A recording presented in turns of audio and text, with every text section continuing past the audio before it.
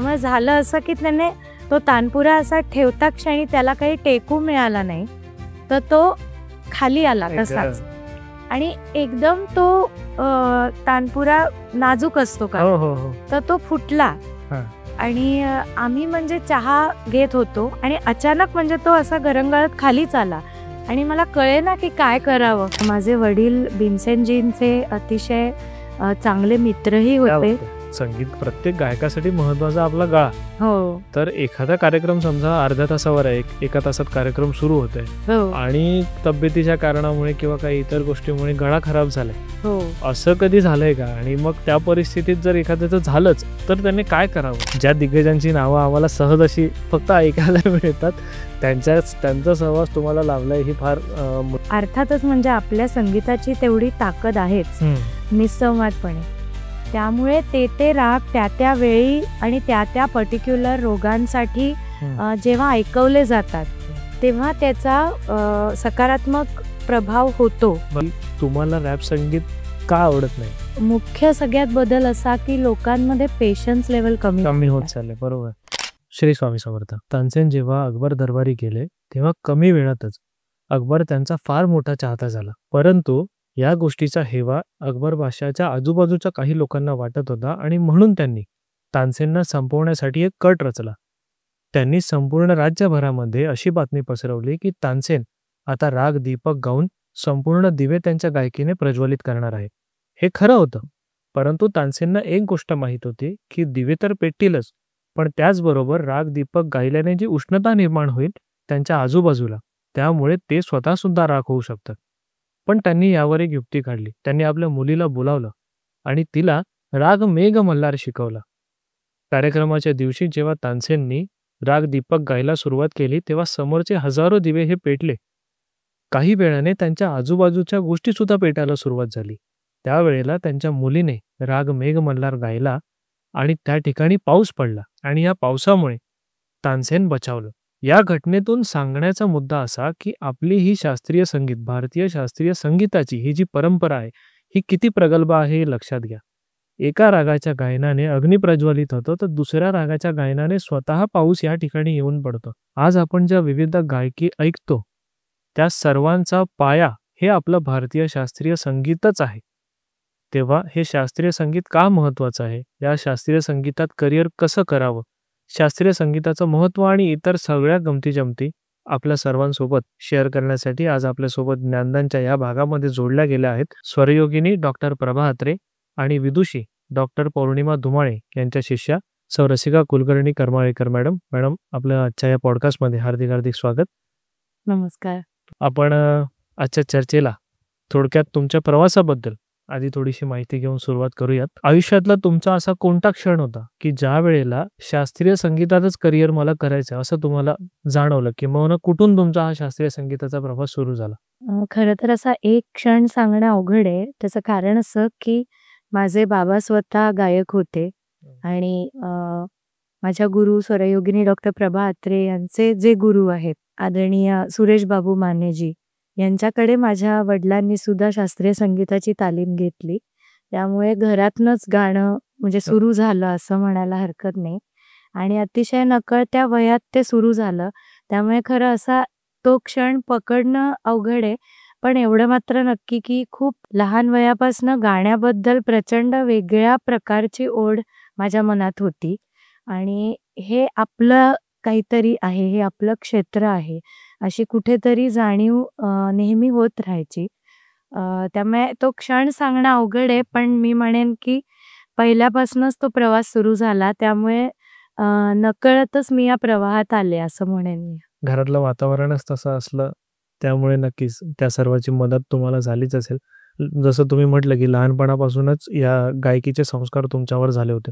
पण असं कोणतं पर्टिक्युलर व्यक्तिमत्व, तुमच्या वडिलांचं तर नक्की त्याच्यावर प्रभाव असणारच, पण वडिलांव्यतिरिक्त असं कोणतं व्यक्तिमत्व आहे की ज्यांचा तुमच्यावर लहानपणापासून खूप प्रभाव आहे? असे खूप आहेत, कारण माझे वडील भीमसेनजींचे अतिशय चांगले मित्रही होते आणि त्यांचे ते भक्त होते. कारण भीमसेनजींची गायकी त्यांना प्रचंड आवडायची.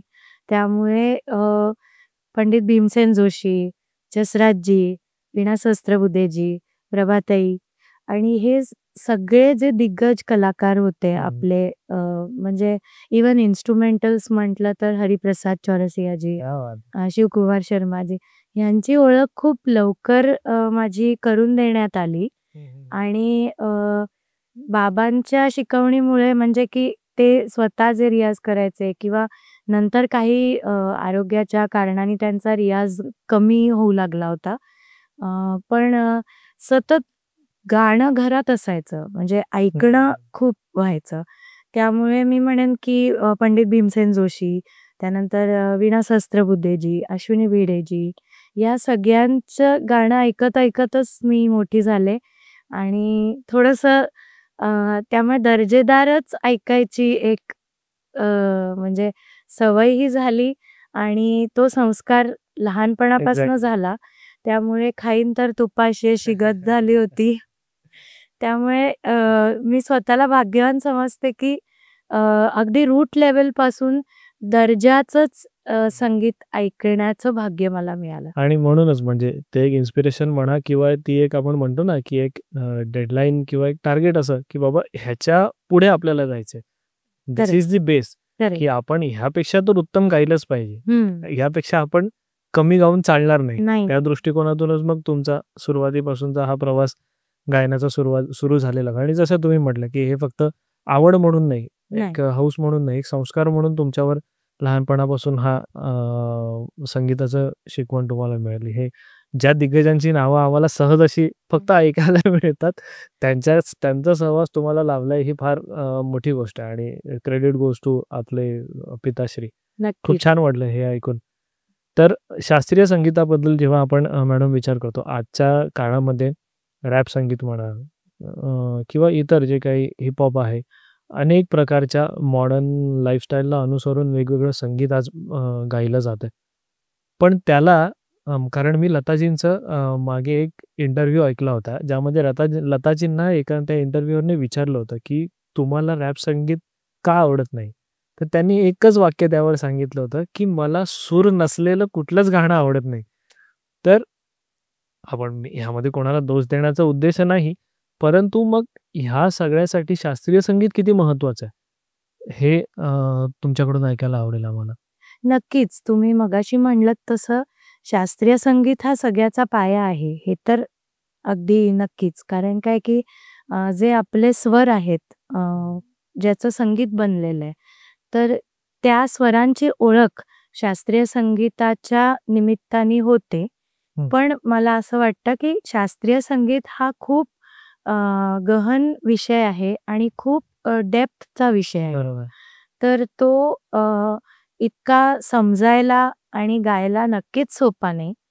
आणि आजकाल असं वाटतं लोकांना, की सारेगम हे स्वर समजले, की शास्त्रीय संगीत समजलं. तर तसं नाहीये.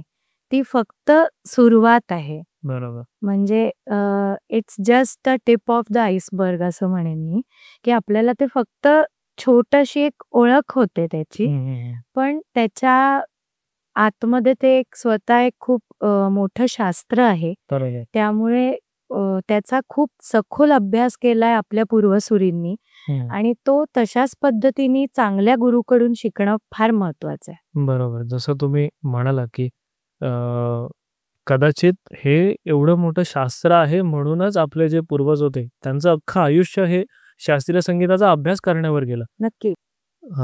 विष्णू नारायण भातखंडे हं. हे आपले महाराष्ट्रातील फार मोठे संगीत संशोधक म्हणून हो, त्यांना म्हटलं जातं. हो. तर त्यांनी हे जे आपले राग होते, त्या त्या रागांची एक वेगळी रचना त्यांनी त्यावर संशोधन करून करून ठेवली होती. हं. बरोबर आहे ना? हो. तर त्यांचं अशा ह्या दिग्गजांचं आयुष्य गेलं हे शास्त्रीय संगीत रचण्यामध्ये, ते शिकण्यामध्ये आणि ते शेवटपर्यंत शिकत होते. हे त्यांनी सुद्धा आपल्या स्वतःच्या वेगवेगळ्या अनुभवांतून सांगितलेलं आहे. त्यामुळेच कदाचित तुम्ही जसं म्हटलात, की संगीताचे स्वर समजले हे फक्त त्यांचं टिप ऑफ द आइसबर्ग आहे. ते हो. संगीत ही मुळात संकल्पना फार खोलवर आहे आणि तिथपर्यंत पोहोचणं सगळ्यांना शक्य नाही आणि जो पोहोचेल त्याला त्यापुढे काही आहे की नाही हेही माहीत नाहीये. जेवढं आपण ते एक्सप्लोर करत जाऊ तेवढं ते जास्त गोड आपल्याला वाटत जाणार आहे. आता डॉक्टर प्रभा अत्रे आणि अनेक दिग्गजांसोबत त्यांच्याकडून शिक्षण घेतलेलं आहे. तर त्यांच्यातले काही किस्से तुम्ही आम्हाला सांगू शकता का? किस्से काही आठवणी ज्या तुमच्या मनात राहिलेल्या आहेत? नक्कीच, नक्कीच. अ, आता प्रभाताईंच्या बाबतीत बोलायचं म्हटलं तर मी माझ्या वयाच्या 16व्या वर्षी साधारण पहिल्यांदा आयुष्यात त्यांना भेटले क्या बात! आणि त्यांच्याकडे अ, शिकायच्या दृष्टीने त्यांच्या समोर बसले आणि त्यानंतर खऱ्या अर्थाने गुरुकुल पद्धतीने शिकणं म्हणजे काय असतं? किंवा इतक्या मोठ्या गुरुकडे आपण कसं शिकणार? हा प्रश्न माझ्यासमोरही तेव्हा होता. कारण तो माझ्या आयुष्यातला वैयक्तिक माझा स्वतःचा असा पहिलाच अनुभव होता. पण सुदैव असं की प्रभाताई अतिशय गोड स्वभावाच्या आणि अतिशय प्रेमळ होत्या. म्हणजे कधीही त्यांचा जो काही एक गायिका म्हणून जो नावलौकिक आहे, त्यांची जी त्यांचं जे कर्तृत्व आहे संगीताच्या क्षेत्रात, ते कधीही त्यांच्या वागण्याच्या आड त्यांनी येऊ नाही दिलं. आणि त्यामुळे अनेक वेळा असं व्हायचं, की मी हट्ट करून म्हणजे आम्ही तेव्हा त्या पुण्यात यायच्या. त्या पुण्यात तेव्हा स्थायिक झाल्या नव्हत्या. ओके. जाऊन येऊन असायच्या. मुंबईला त्या जास्त राहायच्या.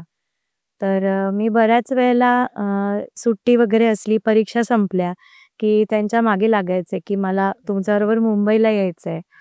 आणि मला खूप अप्रूप असायचं, की ह्या लोकांचं आयुष्य कसं असतं किंवा हे रियाज कसा करतात, हे वावरतात कसे, हे उठतात कसे, बसतात कसे. जसं इतरांना कुतूहल असतं, तसं मलाही होतं. आणि त्या हिशोबाने मग मी त्यांच्याकडे जेव्हा पण राहायला जायचे, तर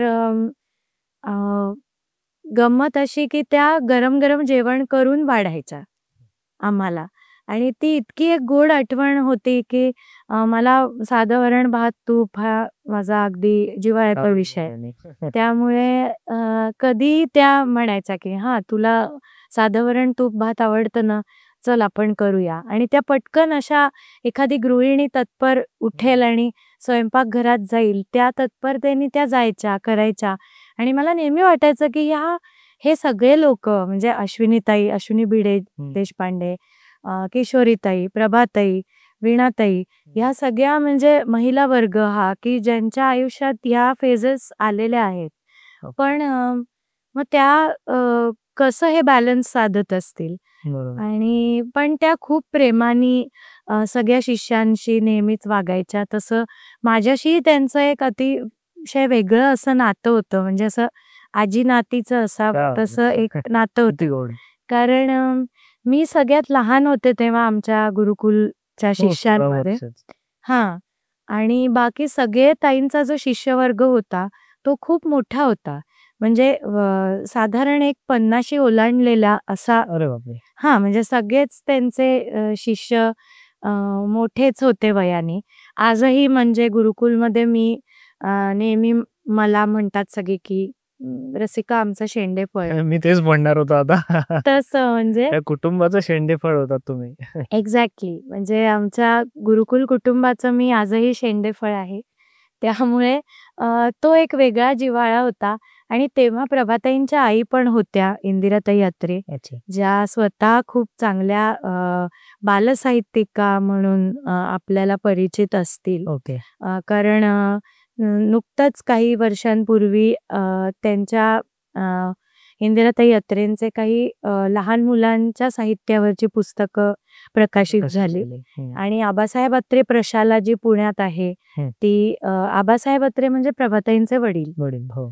तर ह्या सगळ्या गोष्टींमुळे खूप मजा यायची आणि एक कौटुंबिक वातावरण मला परत एकदा अनुभवायला मिळालं. कारण आमच्या कल्पनेमध्ये आम्ही जेव्हा त्यांच्याबद्दल विचार करतो, आता तुम्ही जसं सांगितलं ते स्वतः स्वयंपाक करून आपल्याला वाढायचे.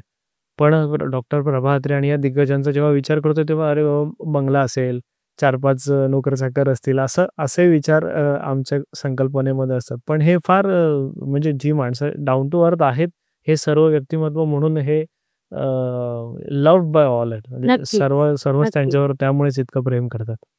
तर शास्त्रीय संगीताचं जसं तुम्ही सांगितलं, की तुम्हाला आपल्या वडिलांकडून हा वारसा मिळाला. आता बऱ्याचदा काय होतं, की अनेक असे आपल्या आजूबाजूला लोकं आहेत, की ज्यांना काही माहीत नाहीये, त्यांना बॅकग्राऊंड काही नाही. पण त्यांना शास्त्रीय संगीत ऐकायला फार आवडतं. त्यांना ते गायला खूप आवडतं. मग त्यांनी नेमकी सुरुवात कुठून करावी आणि साधारण पुढे जाण्यासाठी त्यांना काय लाईन ऑफ ॲक्शन त्यांची काय असली पाहिजे? याच्यामध्ये मी असं म्हणेन, की एकतर त्यांनी शास्त्रीय संगीताबद्दल थोडी-थोडी त्यांच्या परीने माहिती मिळवायला सुरुवात करावी. आणि आता सोशल मीडियामुळे ते बऱ्यापैकी सोशल मीडियामुळे आता तर खूपच म्हणजे मोठं दालन हां. उपलब्ध झालंय. कारण खूप रेअर रेकॉर्डिंग्ज आज आपण YouTubeवर आणि सगळ्या प्लॅटफॉर्म्सवर बघतो. हां. त्यामुळे ती त्यांनी जरूर ऐकावीत सगळ्यात आधी. कारण ऐकणं खूप महत्वाचं आहे. तुम्ही जितकं चांगलं आणि दर्जेदार ऐकाल, तितकं तुम्हाला ते हळू समजायला पण बरोबर. मदत होते आणि चांगलं काय, वाईट काय ह्याची दृष्टी लवकर जाणीव येते. होते. बरोबर. तर चांगलं ऐकावं आणि दुसरी गोष्ट अशी की प्रभाताईही नेहमी सांगायच्या, की जशी ही रसिकांची जबाबदारी आहे, तशीच ही कलाकाराची पण जबाबदारी आहे. की जसं आता आपण बघतो की संजीव अभ्यंकरजी हां. आपल्या कॉन्सर्ट्समधून अनेक वेळा असं रसिकांना सामावून घ्यायचा प्रयत्न करतात. हं. त्यांच्याशी संवाद साधायचा प्रयत्न बरोबर. करतात, की मी काय गायलो? संगीतामध्ये सवाल-जवाब म्हणजे काय असतं? हां, हां. ते कसं सादर केलं जातं? त्याचा आशय काय असतो? मग ते समजून घेताना कसं समजून घ्यायचं? तर आता बरेच कलाकार या गोष्टीकडे वळताना दिसतायत. त्यापैकी एक नाव म्हणून मी संजीवजींचं नाव अच्छा. घेतलं. हो. कारण काही वर्षांपूर्वी म्हणजे मला त्यांच्याशी थेट संवाद साधण्याचंही भाग्य मिळालं होतं.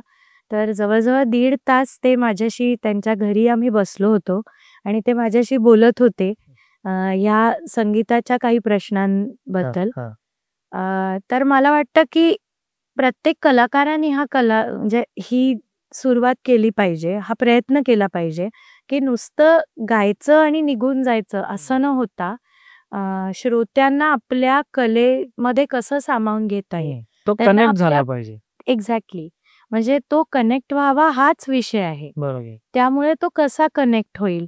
हं. त्याला म्हणजे सामान्यातल्या सामान्य श्रोत्याला त्यातल्या त्यात शास्त्रीय संगीत जवळचं कसं वाटेल? बरोबर. कारण खरं तर शास्त्रीय संगीत हे कळायला खरंचच अवघड आहे. हं. त्यामुळे ते सगळ्यांना इतकं सोप्या पद्धतीने किंवा इतकं अप्रोचेबल वाटत नाही. बरोबर. त्याचं कारण असं की ते क्लिष्ट आहे. हं, हं. पण त्याला सोपं करून सांगण्याचा प्रयत्न करणं किंवा ते समजून घेण्याचा प्रयत्न करणं, हं. हा टू वे मार्ग हवा. बरोबर. म्हणजे श्रोत्यांनी त्यात तेवढंच इन्व्हॉल्व व्हायला हवं आणि आणि कलाकारांनीही त्याच्यासाठी योग्य ते प्रयत्न करायला हवे.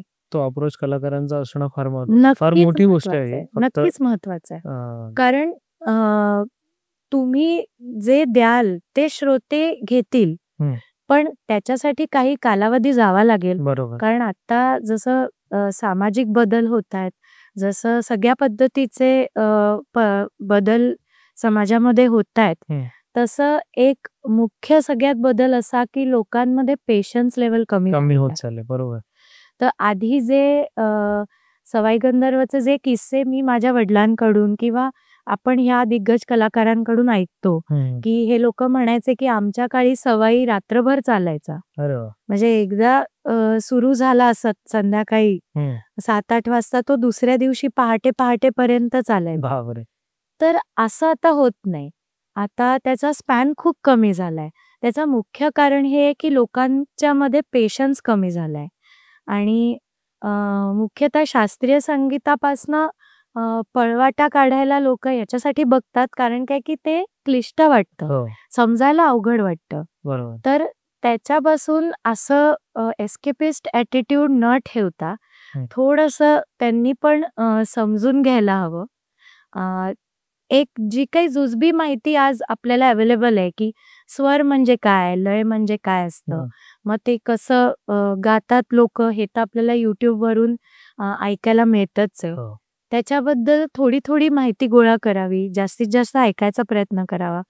हे सगळं केल्याशिवाय ते होणार नाही असं मला वाटतं. आणि एका पॉइंट नंतर तुम्हाला कोणत्यातरी गुरुकडे हे जसं तुम्ही मगाशी सांगितलं, त्या एका गुरुकडे व्यवस्थित या शास्त्रीय संगीताचं शिक्षण घेणं सुद्धा तितकंच महत्वाचं आहे. नक्की. कारण YouTubeवर आपला बेस आपण तयार करू शकतो. येस. पण जर आपल्याला त्यात पुढे जायचं आहे, करिअर म्हणून त्याच्याकडे जर पाहायचंय, तर कोणत्या ना कोणत्या गुरुकडे आपल्याला त्याचं शिक्षण घेणं हे अनिवार्य आहे. नक्की. तर जसं आपण आता दिग्गजांकडे शिक्षण घ्यायला गेलो, तर साहजिक असते त्यांच्या अभ्यासातलं एवढं ज्ञान आपल्याला देतात, तर त्या दृष्टिकोनातून त्यांचे फीज वगैरे ह्या गोष्टी तशा असतात.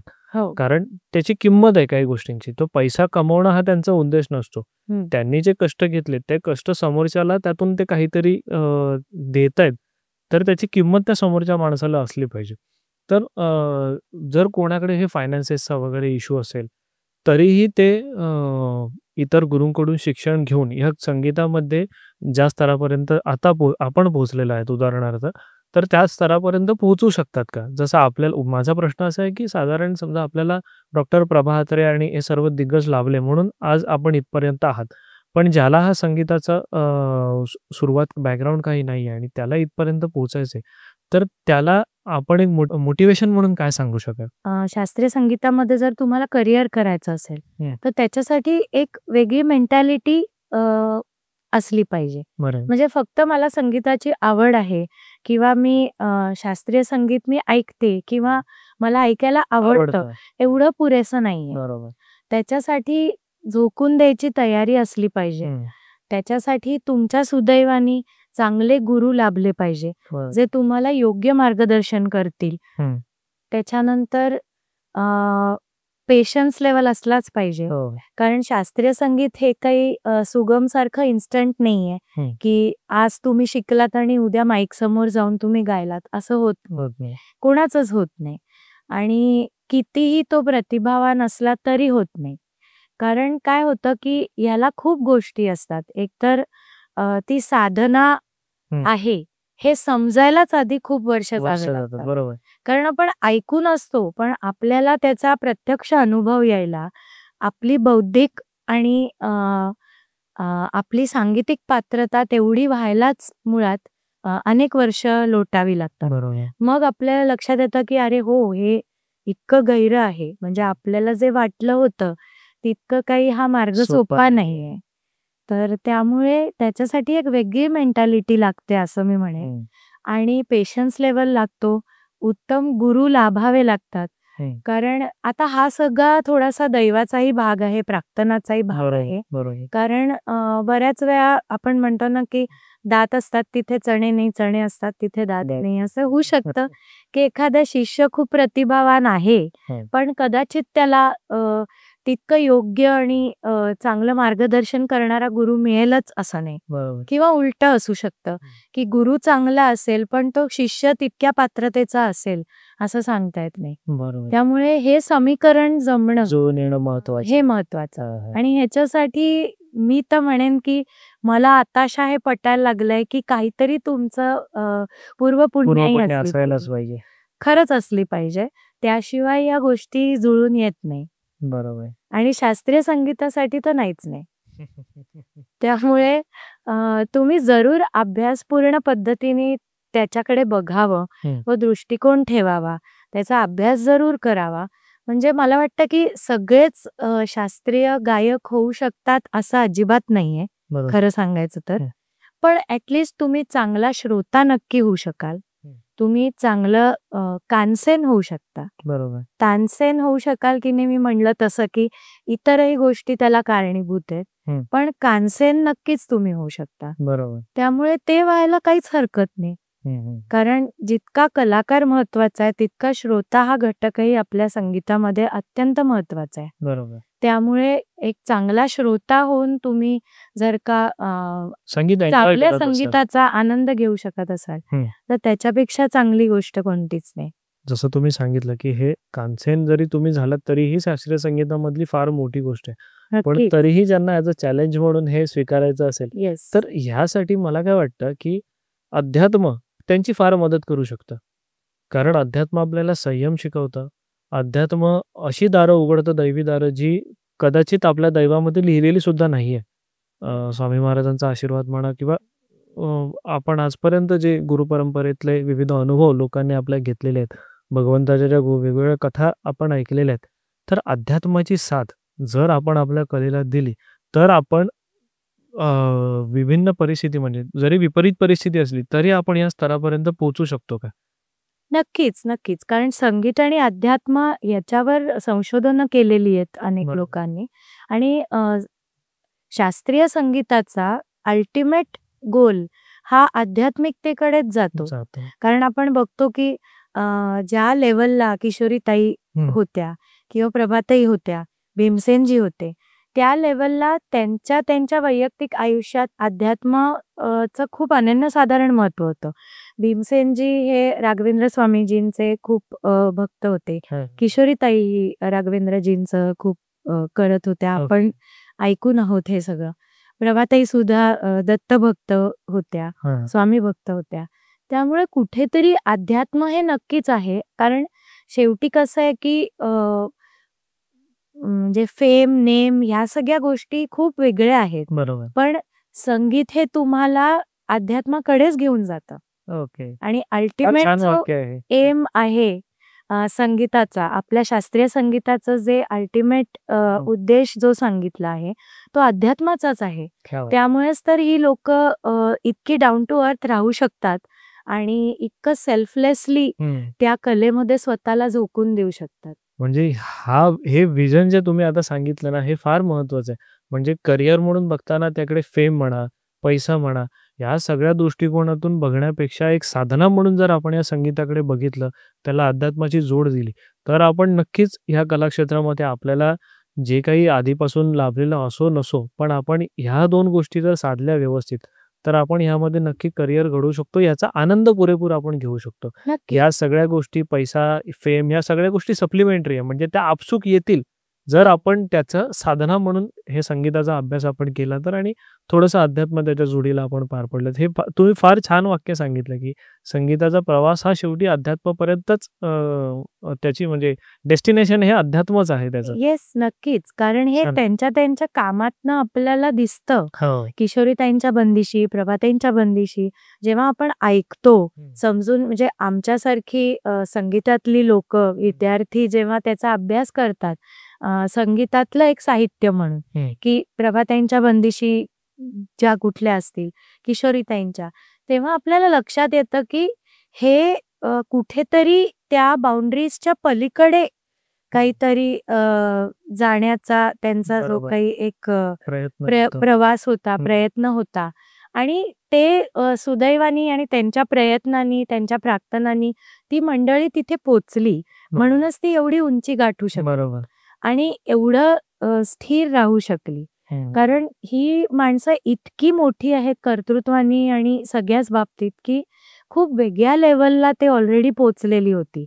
म्हणजे प्रभाताई, किशोरीताई पण इतक्या म्हणजे पद्मविभूषण रँकच्या कलाकार होत्या दोघीही जणी आणि इतकं असताना सुद्धा इतकं डाऊन टू अर्थ राहणं अध्यात्माशिवाय मला नाही वाटत शक्य आहे. शक्य आहे. बरोबर. आणि त्यांच्या सांगीतिक प्रवासात सुद्धा एवढी उंची गाठणं आणि तरी सुद्धा इतकं म्हणजे त्या संगीत कलेशी एकरूप होणं, की जसं किशोरीताई पण सांगायच्या, की मला तो राग मीच आहे असं वाटतं गाताना. म्हणजे ही जी काही अनुभूती आहे ना, जगत होत्या, तर ते जे काही आहे त्या अध्यात्माचा स्पर्श झाल्याशिवाय मला नाही वाटत हे शक्य आहे. त्यामुळे ते खूप महत्वाचं आहे. आता साधारण आता तुम्हीही शास्त्रीय संगीतात फार वेगळ्या स्तरावर आहात. फार सुंदर. आम्ही तुमचं गायन याआधी ऐकलेलं आमच्या जागतिक कृषी महोत्सवामध्ये. फार म्हणजे मी शब्दात वर्णन करू शकत नाही असं. मला फार वेगळा एक्सपिरियन्स होता तो. तर साधारण तुमचा रुटीनमध्ये संगीताच्या तुमच्या संगीत साधनेसाठी, तुमच्या रियाजासाठी तुम्ही कसा वेळ देता? म्हणजे शेड्यूल कसं असतं तुमचं दिवसभराचं? खरं सांगायचं तर सकाळचा रियाज जास्त मी प्रेफर करते. मलाही तो करायला आवडतो कारण सकाळची वेळ थोडी शांत असते. एनर्जी वेगळी असते ती. हां. पण आता संसारात पडल्यानंतर मलाही एक मुलगी आहे. त्यामुळे थोडंसं रुटीन विस्कळीत होतं. त्यामुळे मला जसा वेळ मिळेल तसं मी करते. पण मला असं वाटतं की शक्यतो सकाळचा रियाज त्या वेळात वातावरणही जरा शांत असतं.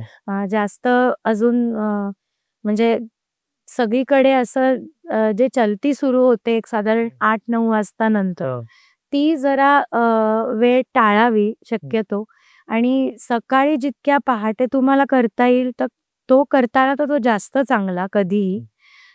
पण आताच्या काळानुरूप मी असं म्हणेन की रियाज अगदीच न करण्यापेक्षा कुठल्यातरी ठराविक वेळेत करणं हे जास्त श्रेयस्कर आहे. कारण महिलांना खास करून जेव्हा ज्या संसारात पडलं की अनेक गोष्टी असतात, अनेक जबाबदाऱ्या असतात, लहान मुलं असतात, सासू-सासरे असतात, काही सुरू असतं घरात प्रत्येकाच्या.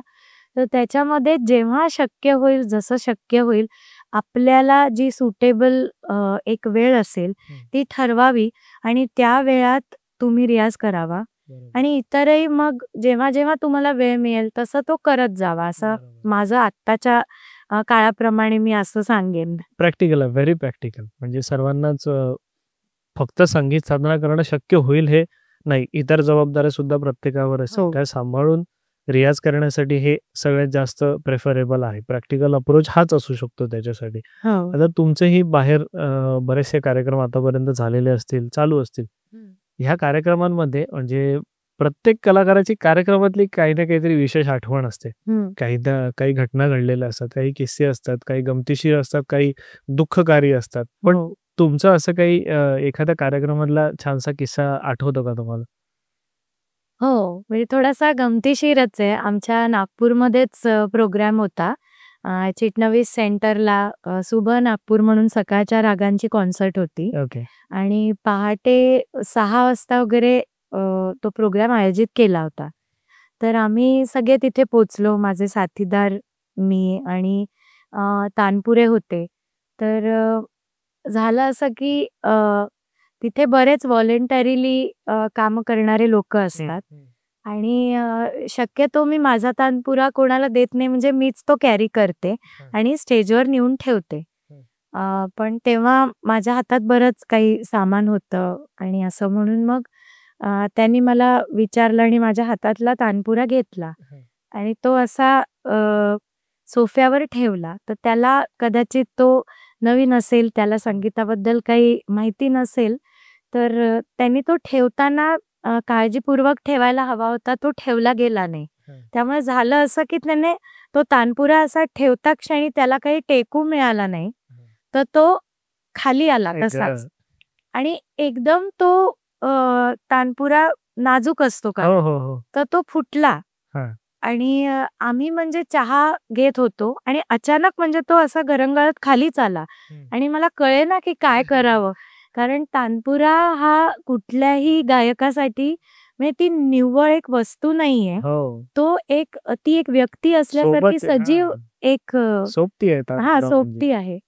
त्यामुळे मला थोडी मी अपसेट झाले खरं त्यावेळेस आणि मला एकदमच म्हणजे माझा मूड चेंज झाला. म्हणजे मी जे त्या गाण्याच्या ह्याच्यात होते की आता आपल्याला अमका राग सादर करायचा आहे, मग असं ते एक डोक्यात चालू असतं. तर ते थोडीशी मी डिस्टर्ब झाले एकदम आणि माझी चलबिचल झाली की बापरे, आता तो भोपळा फुटलाय आणि तो वापरू नाही शकणार, आता कसं करायचं. मग मी आयोजकांना जाऊन सांगितलं आणि घडलेला प्रकार त्यांनी पाहिलाच होता, तर लगेच ती लोक मदतीला आली. मग ते आयोजक संगीतप्रेमी होते आणि त्यांनी लगेच दुसरे डिजिटल तानपुरे अवेलेबल करून दिले आणि ते म्हणाले, तू काळजी करू नकोस, आपण बघूया तानपुऱ्याचं. आणि गंमत अशी की लगेच साधारण 15-20 मिनिटात आम्हाला मंचावर जायचं होतं आणि आता काय म्हणजे मला काही सुचेना, कारण ते तानपुऱ्याची ती हालत बघून मला अगदी मी ब्लँक झाले. मग शेवटी मी जरा शांत बसले, पाणी प्यायले. मी स्वतः स्वामी भक्त आहे, त्यामुळे मी स्वामींचं नाव घेतलं आणि मी म्हणलं, स्वामी आता मला तुम्हीच जरा थाऱ्यावर आणा आणि माझा हा कार्यक्रम पार पाडा. कारण माझं काही मन स्थिर होईना आणि मला कळेना की आता मी गायचंय मला आणि मी कसं गाऊ. मग शेवटी बस स्वामींचं नाव घेतलं, मनात प्रार्थना केली की जे झालं ते झालं. आता त्याला आपण काहीच नाही करू शकत. आपल्याला आता गायचंय, तर त्या कार्यक्रम झाल्यावर बघता येईल. आणि नेहमीप्रमाणे स्वामी मदतीला आले आणि म्हणजे मी शांतपणे तो कार्यक्रम पार पाडू शकले. बरोबर. त्यामुळे असेही किस्से होतात, की जेव्हा आपण एकदम असं मन आपलं म्हणजे विचलित होऊ थाऱ्यावर शकतात. नसतं. हां, विचलित होतं. अनेक कारण असू शकतात. पर्सनल काही इश्यूज असू शकतात. हो, हो. पण जेव्हा प्रेक्षक आपल्याला ऐकायला आले त्यांना एक्सक्यूज देऊन चालणार नाही. Yes, exactly. आणि ते म्हणजे ती प्रामाणिकता आपल्यात असलीच पाहिजे हो. As an artist. आणि मी परत तेच सांगते, की मी मगाशी म्हणलं तसं, की चांगले गुरु मिळणं जसं भाग्यात असावं लागतं ना, तर त्या बाबतीत माझ्या सगळ्याच गुरूंनी म्हणजे प्रभाताई असतील, डॉक्टर पौर्णिमा धुमाळे असतील, विजया घाटे म्हणून ज्यांच्याकडे मी प्रभाताईंच्या आधी शिकले. हां. सगळेच गुरु, मधुवंतीताई दांडेकरांकडे मी नाट्यसंगीत शिकले. अरे वाह! प्रभाकर धाकडे गुरुजींकडे मी गझल आणि ठुमरी अंग शिकले. तर ते सगळेच गुरु माझे इतके दिग्गज आणि माणूस म्हणून इतके ग्रेट होते सगळे, की कुठेतरी हा संस्कारच त्यांनी सगळ्यांनी मला एक कॉमन हा दिला, की आपल्या कामाशी आपण प्रामाणिक असलं पाहिजे. बरोबर. आणि कितीही काहीही झालं, आपलं मन विचलित झालं, घरी काही झालं असेल, तरी आपली कला सादर करताना आपण ती 100 नाही 110%च दिली पण आपलं असलं पाहिजे. बरोबर. म्हणजे तिथे काहीही सबबी नाही. बरोबर. नाहीतर मग तोंड बंद ठेवायचं, गायचं नाही. नाहीतर गायचं असेल तर ते चांगलंच निघालं पाहिजे. बरोबर. तो कॉन्फिडन्स असेल तरच गायचं. बरोबर. कारण मी मागे ह्याच बेसवर मागे एका अकॅडमीमध्ये मी पण जायचो. त्या ठिकाणी जे तबला शिकवायचे ते उस्ताद झाकीर हुसेन सरांसोबत तबला वाजवायला असायचे. तर त्यांनी एक तो किस्सा मला त्यांचा सांगितला होता, की एका कार्यक्रमामध्ये उस्तादजींना भरपूर ताप आला होता. कार्यक्रम सुरू होणार आणि 1 तासाभरा आधीपासून त्यांना ते जास्त जाणवायला लागलं. पण त्या परिस्थितीत सुद्धा म्हणजे त्यांना अक्षरशः चालणं सुद्धा कठीण होईल एवढी परिस्थिती होती. त्याच्यात त्यांनी अंगावर 3-4 त्या रजाई अशा ओढून तो कार्यक्रम, आता ऑडिटोरियममधला कार्यक्रम म्हणजे ऑलरेडी तिथे थंड, त्यात यांना ताप.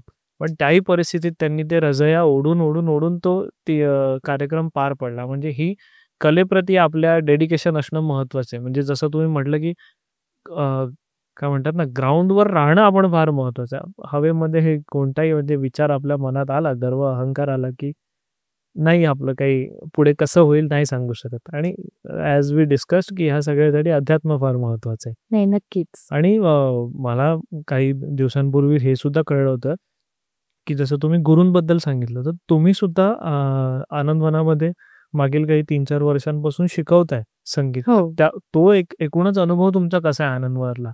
तोही खूप छान अनुभव आहे, वेगळाच आहे. कारण तिथे आनंदवन हे पूर्ण जगाला माहिती आहे, की हो, हो. बाबा आमटेंनी करून ठेवलेलं खूप मोठं काम आहे. आणि तिथे स्वरानंदवन म्हणून त्यांचा एक भाग आहे, जिथे संगीत शिकवलं जातं. ओके. संगीताच्या परीक्षा गांधर्वच्या जशा इतर केंद्रांवर होतात, हां. तशा तिथे घेतल्या जातात. मुलांना बसवलं जातं परीक्षांना आणि संगीताचं शिक्षण तिथे दिलं जातं. ओके. पण तिथे बाहेरही ते सुगम संगीताचेही कार्यक्रम ते लोकं करतात. अच्छा. जी लताजींची, आशाजींची जी गाणी आपण ऐकतो बाहेर, ती तयार करून ते गातात. तिथे पण एक वेगळाच गट आहे. म्हणजे अगदी लहान मुलांपासून ते थोडंसं वयस्कर अशा लोकांपर्यंत. ॲक्चुअली त्यांचं कसं होतं, की ओळख करून देताना ते अपंग किंवा काहीतरी व्यंग असणारी लोकं अशी त्यांची ओळख निवेदक करून देतात, जी मला अजिबात मान्य नाही. त्याचं कारण असं, की मला असं वाटतं, की प्रत्येकाच्या आयुष्यामध्ये चढ-उतार असतात. तसे ते त्यांच्या आयुष्यामध्ये त्या गोष्टी दुर्दैवाने घडल्या आणि त्यांना ते फेस करावं लागलं. पण तुम्ही जर का डोळे बंद करून त्यांना ऐकलं, तर तुम्हाला विश्वास नाही बसणार इतकी प्रतिभा त्यांच्यामध्ये आहे. बरोबर. आणि म्हणजे जितकं प्रोफेशनली बाहेरची लोकं गातात, तितकंच त्याच तोडीचं ते प्रोफेशनली सुद्धा त्याच गातात. तोडीचं त्यांना गाता येतं. आणि त्यांच्याकडे रिसोर्सेस नव्हते. त्यांना कोणी मार्गदर्शन करणारं दिसत नव्हतं किंवा मे बी अवेलेबल होत नव्हतं. त्यामुळे मी स्वतः जेव्हा फॅमिली ट्रिप म्हणून आनंदवनला गेले, तर मला ते प्रकर्षाने जाणवलं की त्यांच्यामध्ये खूप प्रतिभा आहे आणि त्यांच्यामध्ये ती शिकायची इच्छा आहे, तीव्र इच्छा आहे आणि जिद्द आहे. पण त्यांना ते रिसोर्सेस अवेलेबल होत नाहीये. मग मला असं वाटलं की मला जितका वेळ देता येईल तितका देऊन बघूया. पण आपण त्यांना काही मला जर का शिकवता आलं, त्यांना काही सांगता आलं आणि त्याच्यामुळे समजा माझ्या ज्ञानाचा त्यांना उपयोग झाला, तर मला ते खूप आवडेल. असा विचार करून मी स्वतःच त्यांना अप्रोच झाले आणि अनिकेत आमटे, जे बाबा आमटेंचे नातू आहेत, त्यांना मी अप्रोच झाले. मग हळूहळू पल्लवीताई, राजेश ताजने, सदाशिव ताजने म्हणून हे जे त्यांचे इथले पल्लवीताई तर त्यांच्या सूनबाईच आहेत बाबा आमटेंच्या. पण बाकीचेही राजेश भैया, सदाशिव काका हे लोक पण सगळे जॉईन झाले. त्यांची टीम आहे आणि मग त्यांचं खूप चांगलं सहकार्य मला आहे. आणि त्यांच्या तिथे जे शिकवतात, तबल्यासाठी एक सर आहेत, चांदेकर सर म्हणून, हार्मोनियमसाठी आना सर आहेत. तर ते लोक त्यांच्यावर त्यांना जितकं शक्य आहे त्या पद्धतीनं मेहनत घेतात. पण मला जे त्यांना सांगायचं आहे की जे रियाज कसा करायचा किंवा प्रत्येकाचा आवाज वेगळा आहे, कोणाचा सुगम संगीतासाठी जास्त सुटेबल आहे, कोणाला शास्त्रीय संगीतामध्ये जास्त इंटरेस्ट आहे, मग त्यांनी तो कसा डेव्हलप करायचा, मग त्यांनी काय ऐकलं पाहिजे, कसं ऐकलं पाहिजे, या सगळ्या गोष्टींसाठी मी त्यांना माझ्या परीने मार्गदर्शन करायचा प्रयत्न करते. आणि आम्ही रोज ऑनलाईन सेशन घेतो, सकाळी डेली.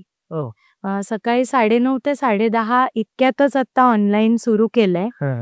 प्रोजेक्टर वगैरे सगळे त्यांच्याकडे उपलब्ध आहे. त्यांनी ती सगळी व्यवस्था डेव्हलप केली आणि त्याच्यानंतर मग आता आम्ही साधारण 2-1 आठवड्यांपासून रेग्युलर घेतोय. नाहीतर मी स्वतः तिथे जायचे, महिन्यातनं एकदा तिथे भेट द्यायचे, त्यांना मार्गदर्शन करायचे आणि मग बाकी दिवस तिथले त्यांचे शिक्षक त्यांना त्यांच्याकडून ते करून घ्यायचे.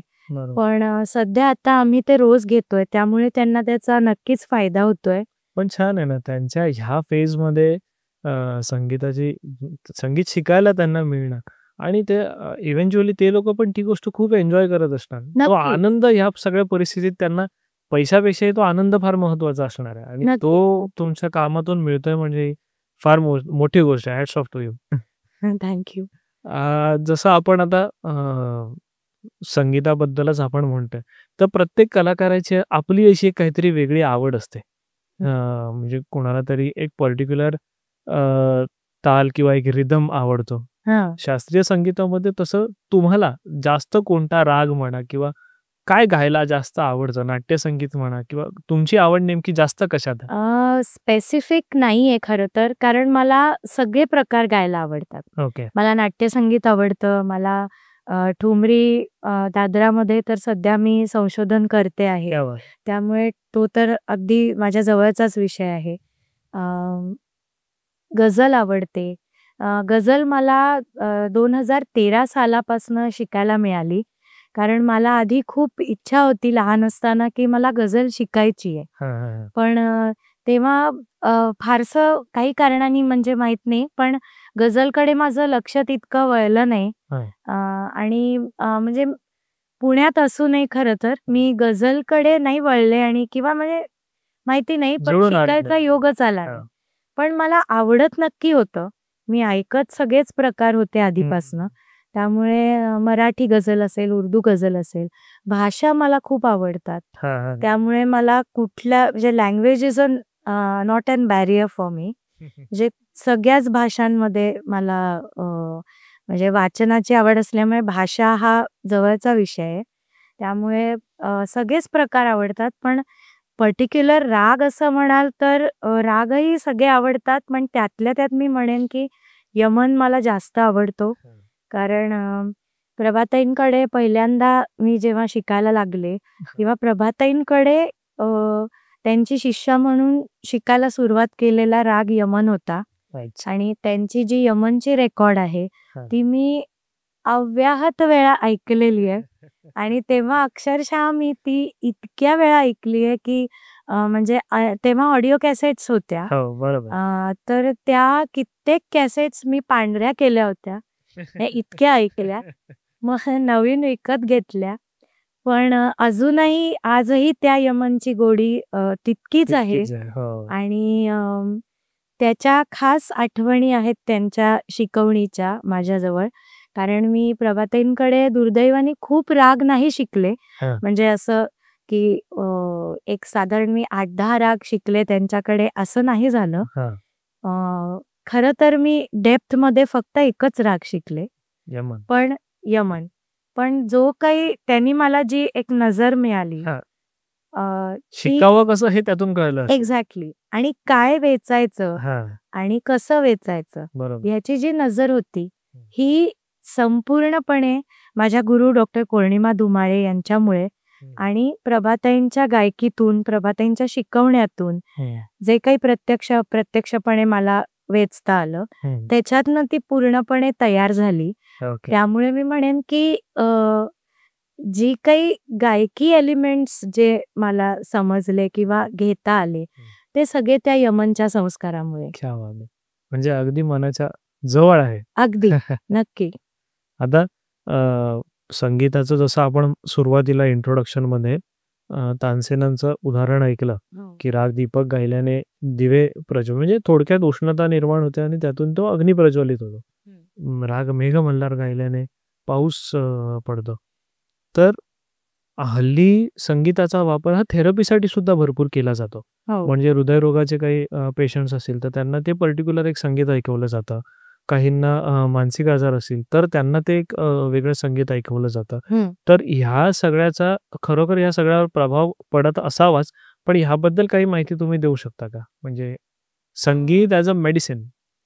हो. म्हणजे माहिती म्हणजे मला जे माहिती आहे ते असं आहे, की अर्थातच म्हणजे आपल्या संगीताची तेवढी ताकद आहेच, निस्संवादपणे. त्यामुळे ते राग त्या वेळी आणि त्या पर्टिक्युलर रोगांसाठी जेव्हा ऐकवले जातात, तेव्हा त्याचा सकारात्मक प्रभाव होतो त्या पेशंटवर. हे आता म्हणजे रिसर्च थ्रू सिद्ध झालेलंच आहे. पण ते खरंच तसं होतं. कारण कसं आहे ना, की आता जेव्हा आपणही सर्वसामान्य श्रोता सुद्धा जेव्हा एखाद्या गायकाचं गाणं ऐकतो, मन शांत होतं. मन शांत होतं. एक्झॅक्टली. कारण आता आपण बघतो, की आता महेश काळे आणि हे सगळे जे गायक आता महेशजी, राहुल देशपांडेजी हे कितीतरी मैफली करतात किंवा अगदी छोटी-छोटी बाळं सुद्धा अट्रॅक्ट होतात. म्हणजे महेश काळेजींच्या रील्सवर वगैरे आपण बघतो, की अगदी छोटी बाळं 6-6 महिन्याची तल्लीन होऊन त्यांची अभंगवाणी ऐकत असतात. अभंगवारी सध्या त्यांचा चालू आहे US दौरा. तर म्हणजे हे होतं हे खरंच होतं. कारण हे मला सुद्धा स्वतःला असं वाटतं म्हणजे आता मी संगीताची विद्यार्थिनी आहे म्हणून विषय वेगळा आहे. पण मी सुद्धा आजही मी म्हटलं तसं, की मी यमन ऐकला, भैरव ऐकला. तर जेव्हा पण आपण तो भाव ते निर्माण होतातच आपल्या मनात आणि ती शांतता किंवा ते स्थैर्य ते जाणवतं आपल्याला किंवा ते आपल्याला हवंहवंसं वाटतं, पुन्हा-पुन्हा ऐकावंसं वाटतं. तर मला वाटतं हीच ताकद आहे ना संगीताची. ऑफकोर्स. आणि कारण ते झाल्याशिवाय पुन्हा त्याची पुनरुक्ती आपण करणार नाही. म्हणजे आपल्याला ते आता सहेला रे किशोरीताईंचं ऐकतो आपण, बोलावा विठ्ठल ऐकतो, भीमसेनजींची अभंगवाणी ऐकतो. आजही तीर्थ विठ्ठल भीमसेनजींची रेकॉर्ड ऐकली तर अंगावर शाल. ती रचनाच एवढी सुंदर आहे आणि त्यांनी गायलंही इतकं सुंदर. एक्झॅक्टली. म्हणजे मला वाटतं ते समीकरण आहे, की त्या स्वरांची ताकद आणि त्या स्वरांची ताकद समर्थपणे मांडण्याची वेगळी ताकद. बरोबर. हे दोन्ही जेव्हा जुळून येतं, तेव्हा असा अनुभव येतो. बरोबर. पण त्या दर्जाचं गाणं आणि त्या दर्जाचा कलाकार असला पाहिजे. बरोबर. तर ते जास्त पोचतं असं मी म्हणेन. आणि तिथपर्यंत पोहोचण्यासाठी जसं आपण आतापर्यंत डिस्कस केलेल्या सगळ्या गोष्टी तितक्याच महत्वाच्या आहेत. तर आपण त्या पॉइंटपर्यंत पोहोचू शकतो. आता हे झालं संगीताबद्दल. पण एक संगीत ॲज अ सिंगर म्हणून एक तुमचं जी ओळख आहे, या व्यतिरिक्त एक बाहेर तुमचं वेगळं आयुष्य असणारच आहे, प्रत्येकाचं असतं. तर ह्या संगीताचा तुमच्या त्या बाहेरच्या आयुष्यावर, सोशल लाईफवर म्हणा किंवा तुमचे मित्र-मैत्रिणी असेल, तुमची छोटी आहे, या सगळ्या गोष्टींवर तुमच्या ह्या आयुष्यावर संगीताचा कसा प्रभाव पडतो? नक्कीच पडतो कारण संगीत हा माझ्या व्यक्तिमत्त्वाचा भाग आहे. हो. तो म्हणजे अ, असं काही मी म्हणेन की अ, देवाने ते उपजतच कदाचित दिलं असावं, म्हणून तो माझ्या व्यक्तिमत्त्वाचा अविभाज्य घटक आहे. हं. म्हणजे असं नाही की मी ते काहीतरी कल्टिव्हेट केलंय बरोबर. वेगळ्याने. त्यामुळे आधीपासूनच चांगलं संगीत ऐकणं, हं. मग त्यामुळे चांगल्या लोकांशी जोडले जाणं हं, हं, हं. किंवा आता शास्त्रीय संगीत म्हटल्यावर एक वेगळाच क्लास असतो. बरोबर. त्यामुळे मग त्या दर्जाचं समजणारे, हं. समज असणारे किंवा आवड असणारे, मग वेगळी लोकं, चांगली माणसं, चांगल्या स्वभावाची माणसं, बरोबर. चांगल्या संस्काराची माणसं हं. आपोआपच जोडल्या गेली. हो. तो एक सर्कलच बनत तो जातो. सर्कलच बनत आपसुकच जातो. बनतो तो. मित्र-मैत्रिणी सुद्धा ना ऑब्व्हियसली म्हणजे आता संगीताचंच क्षेत्र असल्यामुळे हां. मी एस-एन-डी-टीतनं पोस्ट ग्रॅज्युएशन केलं. ओके. तर एस-एन-डी-टी पुणेमधून केलं, मी पुण्याची असल्यामुळं. हां.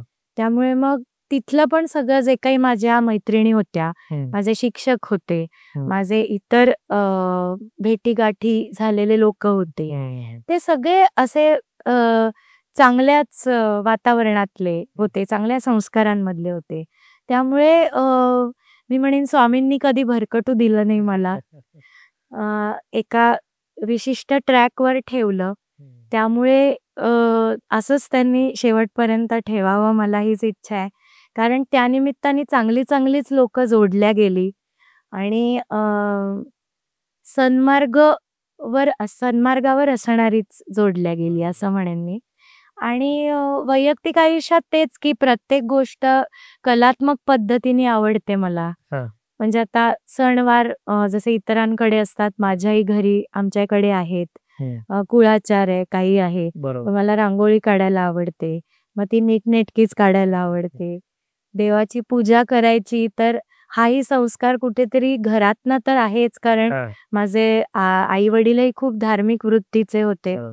पण प्रभाताई ही तुम्ही आजही गुरुकुलमध्ये जाऊन बघाल तर त्यांचं देवघर इतकं नीटनेटकं आणि इतकं सुबक असते पूजा. देवपूजा प्रभाताईंची मला प्रचंड आवडायची.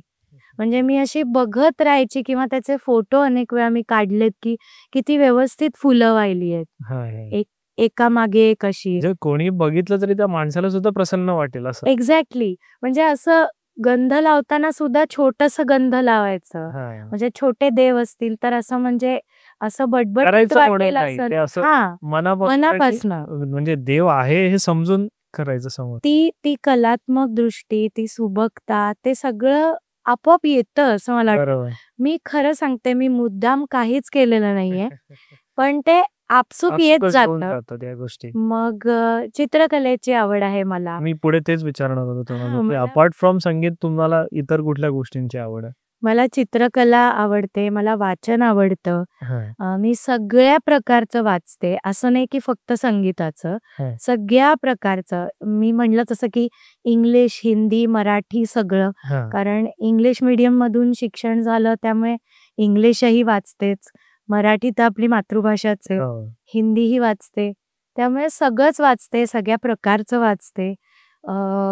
पेंटिंग्स मला बघायला आवडतात. ओके. चांगल्या रांगोळ्या किंवा चांगली कलाकृती, मग ती शिल्पकला पण असेल, आणि मला बीइंग अन बघायला आर्टिस्ट एक प्रत्येक कलेबद्दल एक वेगळा आदर आपसूक आपल्या मनात असतो, नक्की. की नाटक आवडतं. हो. म्हणजे पुण्यात असल्यामुळे आम्ही लहानपणी पण संगीत नाटकं पाहायचो हां. किंवा मग ही जी प्रायोगिक नाटकं आहेत तशी श्रीराम लागूंची हां. किंवा आता अमृता सुभाष आहे. हां, हां. अजून हे सगळे कलाकार लोकं आहेत. हं. त्यांची नाटकं बघते. काय म्हणजे मला म्हणजे मी म्हणेन की आर्टिस्ट टू द कोर आहे मी. त्यामुळे मला ते सगळं आवडतं. त्यामुळे हाच आर्ट इज लाईफ. प्रभाव आहे म्हणजे कलेचा माझ्या आयुष्यावर, की मला हे सगळं कलात्मक वातावरणात राहायला आवडतं. आणि असं काही बाबा येणारी पिढी जी तुमची आहे, हं. त्यांनी सुद्धा कलेकडेच वळावं किंवा काय म्हणजे त्यांच्याबद्दल काही पर्टिक्युलर प्लॅन्स आहेत का तुमचे असे काही? असं काही नाही खरं तर. म्हणजे Let me it go with the हां. फ्लो. हां, म्हणजे त्यांचं त्यांनी विचार करावा. मला मुलगी आहे एक 9 वर्षाची. हां. तर ती आता म्हणजे माझं ऐकून किंवा थोडी तिला आता ती खूप लहानपणापासून माझ्याबरोबर कार्यक्रमांना येते. हो. माझ्याबरोबर खूप छोटी असताना स्टेजवर बसायची. समोर बसून कार्यक्रम ऐकायची. त्यामुळे ती त्या वातावरणात राहिली आहे. तर तिला आवड आहे. पण मी तिला कधी फोर्स नाही केलं, की तू गाणंच शिक किंवा तू गाणंच कर. असं माझं आजही म्हणणं नाहीये. तिने केलं तर त्यासारखी आनंदाची गोष्ट नाही माझ्यासाठी. सुदैवाने तिची गाण्यातली टेस्ट चांगली डेव्हलप होतीये असं वाटतंय मला, ओके. की जी गाणी तिला आवडतात किंवा आता प्रभाताईंची अनेक बंदिशी ती गुणगुणते हां. किंवा मला म्हणायला सांगते, की "आई तू हे म्हणलं होतंस मला आवडतंय, ओके. तू म्हण." हं. त्यावरून मला हे नक्की वाटतंय, की तिची आवड चांगली आहे. टेस्ट वाईज ती चांगलं ते निवडतीये. पण फोर्स नाही करणार तिला. Of course. तिला जे आवडेल, जे क्षेत्र आवडेल त्यामध्ये तिने झोकून द्यावं आणि बेस्ट काम करावं एवढीच माझी इच्छा आहे. Of course. आता हे तुम्ही कार्यक्रमांचं जसं सांगितलं, की तुमचे कार्यक्रम बऱ्याच ठिकाणी होत असतात. असं कधी झालंय का, की लाइक जसं तुम्ही मगाशी तानपुऱ्याचं उदाहरण दिलं. हो, पण संगीत प्रत्येक गायकासाठी महत्त्वाचा आपला गळा. हो, तर एखादा कार्यक्रम समजा अर्ध्या तासावर आहे, एका तासात कार्यक्रम सुरू होतोय हो, आणि तब्येतीच्या कारणामुळे किंवा काही इतर गोष्टीमुळे गळा खराब झालाय. हो. असं कधी झालंय का? आणि मग त्या परिस्थितीत जर एखाद्याचं झालंच, तर त्याने काय करावं? काही टिप्स एंड ट्रिक्स अशा ॲज अ खरं तर गायक म्हणून? काही टिप्स नाही. कारण मी म्हणते ना, की आवाज ही अशी गोष्ट आहे, की एकतर प्रत्येकाने आपल्या आवाजाची पण ओळख करून घ्यावी हं. आधी. हो. म्हणजे आपला आवाज कसा आहे, हं. त्याचा पोत कसा आहे, त्याची रेंज कशी आहे, हां. आपला आवाज कुठल्या पद्धतीच्या गायन गाण्यासाठी प्रकाराला सुटेबल आहे. बरोबर. कारण काय आहे, की आता हे जे ही जी आपली जनरेशन आहे, हां. ही सगळी टेक्नो सॅव्ही जनरेशन आहे. राइट. आणि टेक्नॉलॉजी इतकी ॲडव्हान्स्ड आहे, की ह्या सगळ्या गोष्टींचा विचार आज तरी आपण नक्कीच करायला पाहिजे. बरोबर. आणि तो प्रभाताईंनी सुद्धा केला. हां. त्यांच्या जनरेशनमध्ये म्हणजे मागच्या जनरेशनच्या त्या असूनही हं. प्रभाताई, किशोरीताई, हं. गौहर जान हां. या सगळ्या लोकांनी त्या काळी सुद्धा आवाजाचा खूप बारकाईने विचार अभ्यास केला. केला. बरोबर. अभ्यास केला. हं. आपल्या गायन प्रकाराच्या दृष्टीने. बरोबर. म्हणजे प्रभाताईंनी, किशोरीताईंनी शास्त्रीय संगीताबद्दल केला. हं. किशोरीताईंनी तर गझल पण बांधल्या आहेत काही. हो. म्हणजे रघुनंदन पणशीकरजी त्यांचे शिष्य किंवा इतरही त्यांचे प्रशिष्य हं. गाताना दिसतात. तर त्यांनी खूप या गोष्टींचा विचार केला. आता आरती अंकलीकरजी हं. किंवा अश्विनी भिडेजी हे सगळेच गाणं प्रकार गातात. देवकीताई, हं. देवकी पंडित आपण बघतो की त्या लीलया सुगम संगीतही गातात हो. आणि शास्त्रीय तर त्या एकदम गातातच. फ्लॉलेसली सगळं. अगदी फ्लॉलेसली. तर मला वाटतं हा कुठेतरी आवाजाचा स्वतःच्या आवाजाबद्दलचा विचार हं. हा केलाच पाहिजे. आणि ती ओळख असणं जसं तुम्ही सांगितलं ते जास्त अगदी important कारण काय की आपलं व्यक्त होण्याचं माध्यमच ते आहे ना. आवाज आहे. बरोबर. तर जसं एखाद्या म्हणजे आता फ्लुटिस्ट असेल, हं. तर त्याला बासरीबद्दल सगळं माहिती असलं पाहिजे. हो. सतारवाल्याला सतारबद्दलची कण इत्तम पण माहिती माहिती असली पाहिजे. पाहिजे. हो. तसं आपण गातो तर आपल्याला आपल्या आवाजाची माहिती असायलाच असलीच पाहिजे. हो. तर त्या दृष्टीने प्रत्येकाने आपल्या आवाजाचं ॲनालिसिस करावं. त्याच्याबद्दल माहिती मिळवावी. आवाज साधनाशास्त्राचा पण अभ्यास करावा. म्हणजे मी हे संगीताच्या विद्यार्थ्यांसाठी जास्त सांगतेय, की ज्यांना संगीतामध्ये करिअर करायचंय.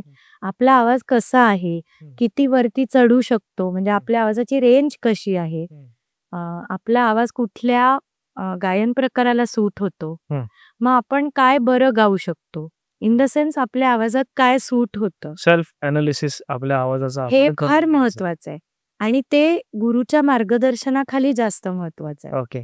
कारण गुरु तुम्हाला जास्त चांगल्या पद्धतीने मार्गदर्शन करू शकतो. याबद्दल मार्गदर्शन करू शकतो आणि तुम्हाला योग्य ती दिशा दाखवू शकतो.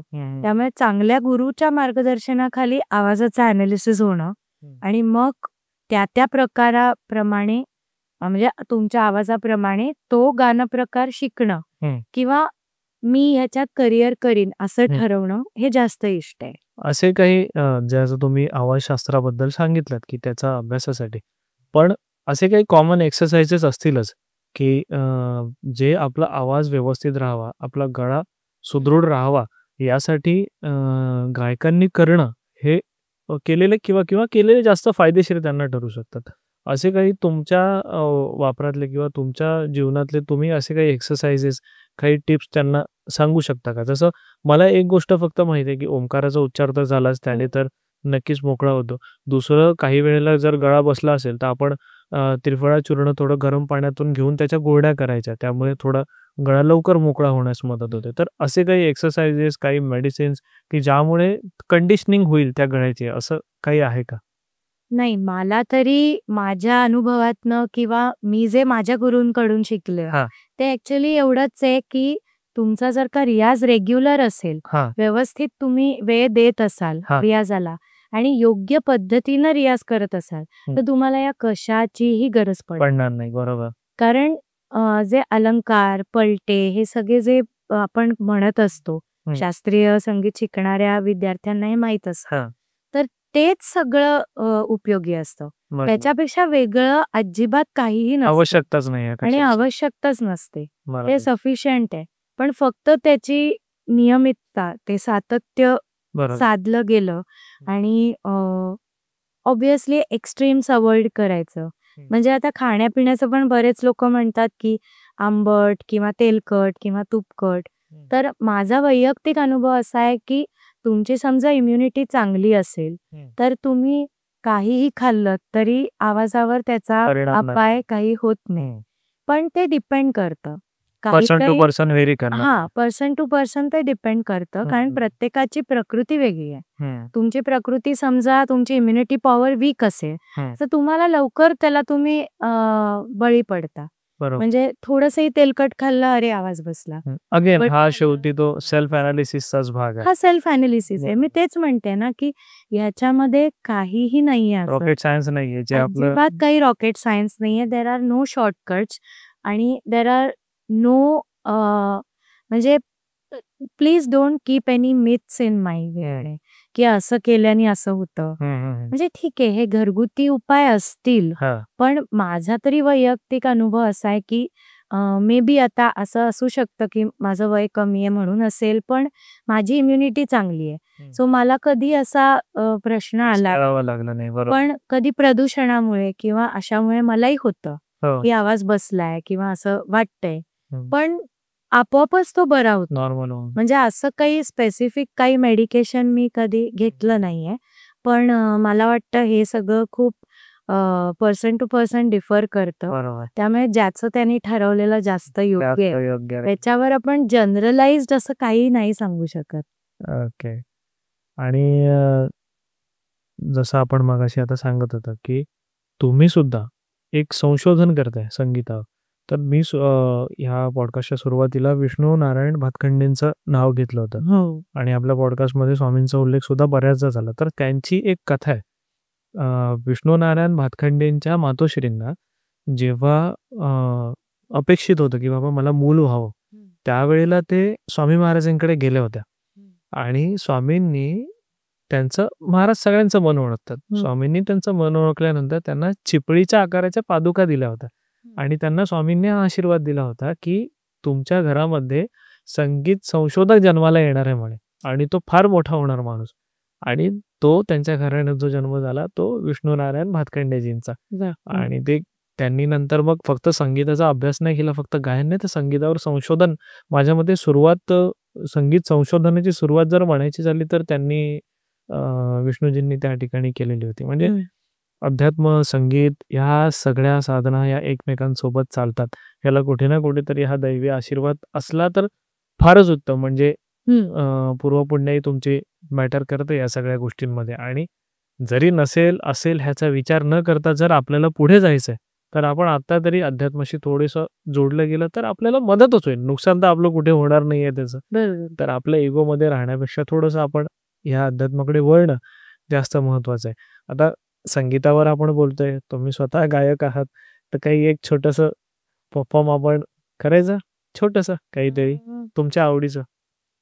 मला कल्पना आहे की बरं. तानपुऱ्या व्यतिरिक्त थोडं कठीण होईल, हो. पण एक आपल्या श्रोत्यांसाठी. बरं, ठीक आहे. गुरुवेण नाही चित्ती समाधान, गुरुवेण नाही चित्ती समाधान, स्वामींचे चरण धारीन मी, स्वामींचे चरण धारीन मी, गुरुवेण नाही चित्ती समाधान,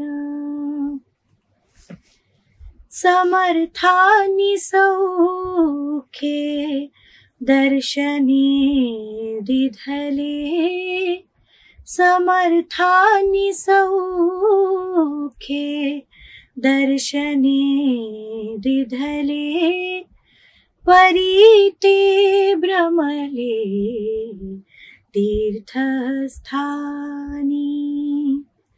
परीते भ्रमले तीर्थस्थानी,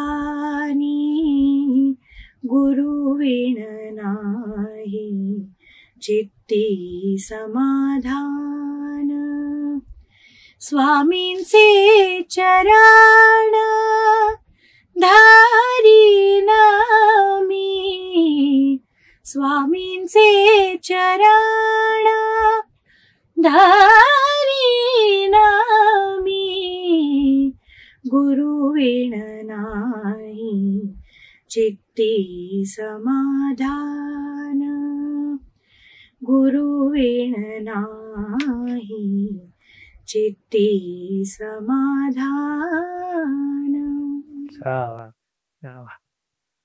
प्रेक्षक असते तर जोरदार टाळ्यांचा आवाज सुद्धा ऐकू आला असता. हरकत नाही. आता आपल्या पॉडकास्ट आपण शेवटच्या अंगाकडे वळूया. एक छोटासा गेम तुमच्यासोबत, ओके. Rapid fire round. एक बरं. काही शब्द मी सांगेन तुम्हाला, एका शब्दात त्याचं उत्तर तुम्हाला द्यायचं आणि त्यानंतर काही प्रश्न. ओके. That's it. ओके, चलो स्टार्ट. ओके. शास्त्रीय संगीत. डॉक्टर प्रभा अत्रे. स्वप्न. अरे बाप. सवाई गंधर्व महोत्सव. आयुष्य. गाणं. स्वर. शिंपल्यातल्या मोत्यासारखा. तानपुरा. माझा सखा. क्या बात. हे किती गोड वाटतो ऐकायला या सगळ्या गोष्टी. चला आता ते शेवटचा रॅपिड फायर राऊंडचा आपला छोटासा खेळ. ओके. चहा की कॉफी. कॉफी. ट्रेडिशनल और मॉडर्न. दोन्ही, म्हणजे कधी ट्रेडिशनल ऑकेजनली, कधी मॉडर्नही. ओके. डोंगर माथा की समुद्र किनारा. समुद्र किनारे. आवडतं पुस्तक. बापरे, अवघड आहे, पण बरीच आहेत. म्हणजे संगीताच्या क्षेत्रातलं म्हणाल तर स्वररंगी प्रभातेंच्या ठुमरी दादरा कॉम्पोजिशन्सचं जे आहे ते. इवन मला रागरचनांजली आवडतं, अश्विनीताईंनी लिहिलेलं, अश्विनी पी देशपांडेंनी.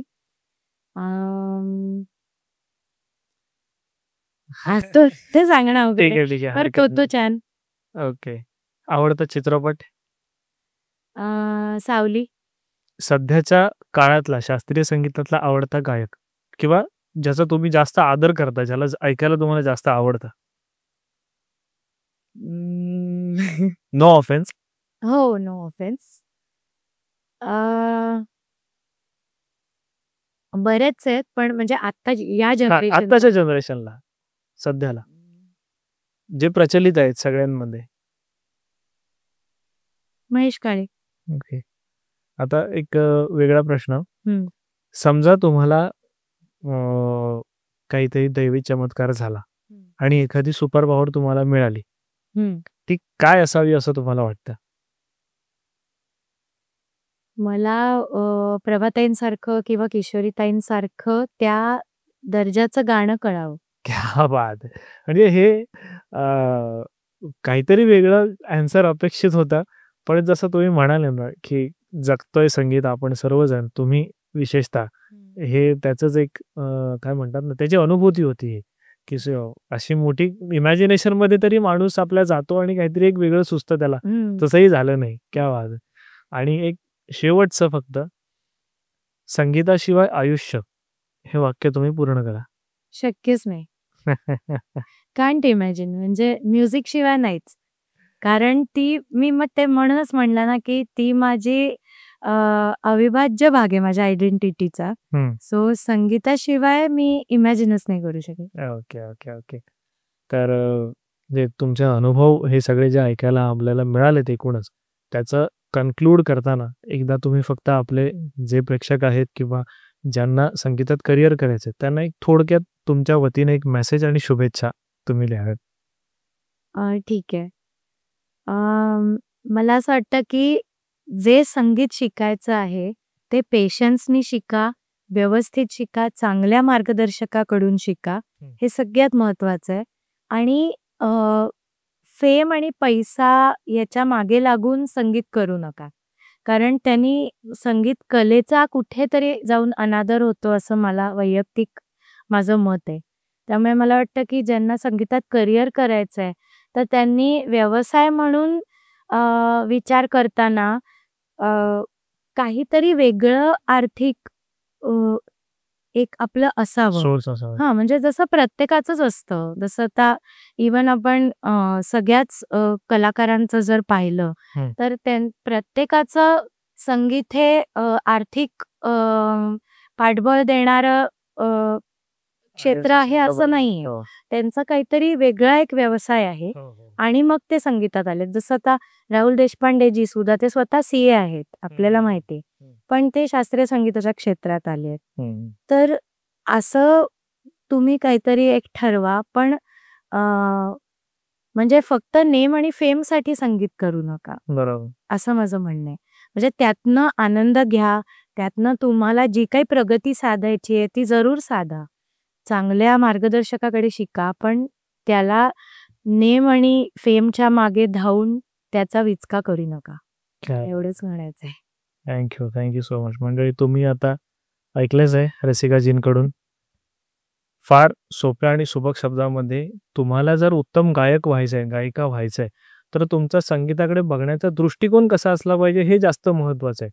त्यानंतर चांगल्या गुरूंकडून चांगल्या मार्गदर्शकाकडून तुम्ही संगीत शिकणं, हेही तितकंच महत्त्वाचं आहे. आणि उत्तम गायक होण्यासाठी संगीत साधनेसोबत अध्यात्माची जर तुम्ही त्याला जोड दिली, तर नक्कीच त्याची तुम्हाला मदत होईल. नुकसान तर तुमचे 100% कुठे होणार नाही, पण त्याची मदतच होईल. तर एकूणच आजच्या या चर्चेमधून, आजच्या या पॉडकास्टमधून, ज्ञानांच्या या भागामधून तुम्हाला बऱ्याचशा काही संकल्पना आल्या असतील, बरंच मोटिव्हेशन तुम्हाला मिळालं असेल, बरंच मार्गदर्शन मिळालं असेल, की तुम्ही पुढे जाण्यासाठी काय करणं नेमकं अपेक्षित आहे. तर ह्या व्यतिरिक्त जर तुम्हाला काही शंका असतील, तर तुम्ही कमेंट बॉक्समध्ये आम्हाला नक्की कळवा. आम्ही त्यावर तुम्हाला रिप्लाय करूच. रसिकाजींचा मी आज ह्या सर्व श्रोत्यांच्या वतीने, श्री स्वामी समर्थ सेवा मार्ग दिंडोरी प्रणित यांच्या वतीने आणि सांस्कृतिक विभागातर्फे मी हार्दिक आम्हा सर्वांच्या वतीने आपले आभार मानतो, की तुम्ही आपला धन्यवाद. अमूल्य वेळ देऊन आजच्या या पॉडकास्टसाठी या ठिकाणी उपस्थित राहिलात. आणि आम्हा सर्वांतर्फे तुम्हाला लवकरात लवकर आमच्या चॅनलवर ऐकायला, तुमचं मार्गदर्शन ऐकायला सुद्धा आम्हाला आवडेल. आपण तसं काहीतरी प्लॅन करू लवकरच, एखादा वेबिनार वगैरे. आणि तुमच्यासुद्धा भावी आयुष्यासाठी, वैयक्तिक संगीत क्षेत्रातील सर्व आयुष्यासाठी तुम्हाला आम्हा सर्वांकडून खूप खूप शुभेच्छा. स्वामी महाराज सदैव तुमच्या पाठीशी राहतीलच, यात आम्हालाही शंका नाही. खूप खूप थँक यू धन्यवाद. So much.